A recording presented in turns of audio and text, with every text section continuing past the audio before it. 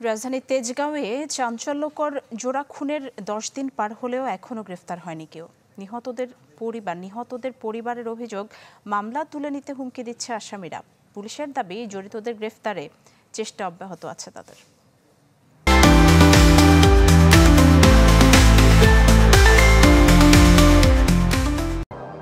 ধারালো অস্ত্র দিয়ে দুজনকে এলোপাতাড়ি কোপাচ্ছে একদল দুর্বৃত্ত। রাজধানীর তেজগাঁও জিএমজির মোড়ের লোমহর্ষক এই ছবি গেল 17 সেপ্টেম্বরের।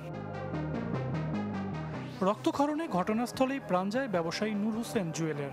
পরের দিন হাসপাতালে মারা যান গুরুতর আহত দেলোয়ারও। নিহতদের পরিবারের দাবি, রাজধানীতে এই জোড়া খুনের নেপথ্যে জমিজমা নিয়ে দ্বন্দ্ব, যাতে বড় ভাই জুয়েলকে পরিকল্পিতভাবে খুন করেন জাকির হোসেন। হত্যাকাণ্ডের পর তেজগাঁও থানায় মামলা হলেও জড়িতদের একজনকেও ধরতে পারেনি পুলিশ। উল্টো মামলা তুলে নিতে আসামিরা এখন হুমকি দিচ্ছে বলে অভিযোগ বাদীর। ওরা আশ্বাস দিছে যে আমরা চেষ্টা করতেছি, অতি শীঘ্রই ধরবো বা এরকম আইনের আওতায় নিয়ে আসবো, কিন্তু আমি এখন পর্যন্ত কোনো কিছু পাচ্ছি না।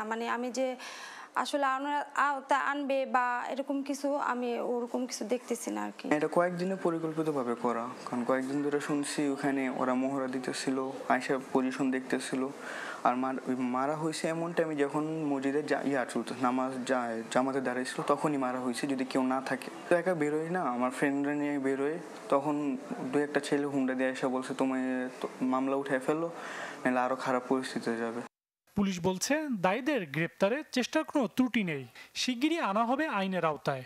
যে দুজন ছিল একদম যার নেতৃত্বে বা যে নিয়ে আসছে মারার জন্য, ওনা আপন ভাই, তাকে আমরা খুঁজতেছি, বাট এখনো ট্রেস ওইভাবে আর কি করতে পারিনি, তো চেষ্টা করতেছি আর কি।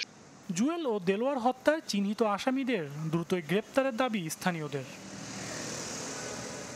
সজল সাইক, চ্যানেল 24, ঢাকা।